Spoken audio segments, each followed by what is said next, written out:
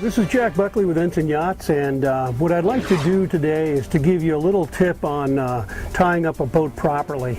It's kind of a little pet peeve of mine. When I walk around the docks, I see boats tied up in all kinds of ways. 6 knots on top of each other, wrap around the cleat, all kinds of funny looking things, and it's really kind of a safety issue, because the whole purpose behind cleating a boat properly is so that you can get the boat untied quickly if you need to in a hurry. Sometimes the boat could be under stress with extra wave action.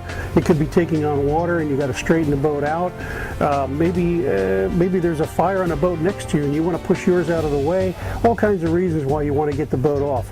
Also, if you tie it incorrectly, if the boat shifts position, maybe the wind's blowing the opposite direction the next day, the lines could bind and then you can't get it off no matter what you do. There's too much pressure on it. So the idea is to just do a proper knot every time.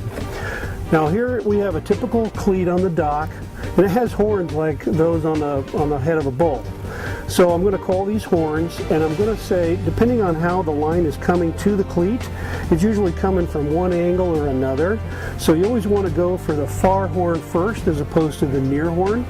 So what you do is you go around the far horn, you go 3/4 of the way around the cleat, meaning around both horns, and at this point, instead of continuing to wrap, because if you do, upward pressure on this is going to bind this line so it won't ever get loose. So you don't want to go all the way around. You want to go around both horns once, then across the cleat, loop under that far horn, and this is where you stop, and you just take the line and you spin it under. You take the line and you go under, put it on the horn, and pull tight.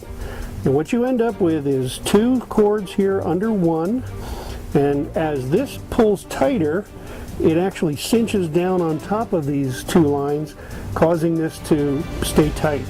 It's 1 knot, that's all you need, and no matter how much stress is on this, or it's pulling in a different angle, this line will always be able to come off nice and easy, so you can get this boat underway quickly.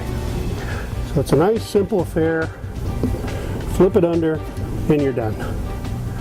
If you want to take it on the other horn, works the same way.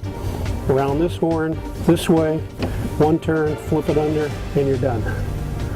So I would, if you have a chance to, take some line and just practice this over and over so it becomes completely routine. And you'll always have the same knot for everyone else to take apart, and it's always going to come undone no matter how much water or stress is on the line.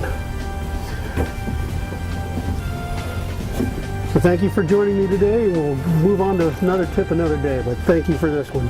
And do your cleats right next time. Thank you.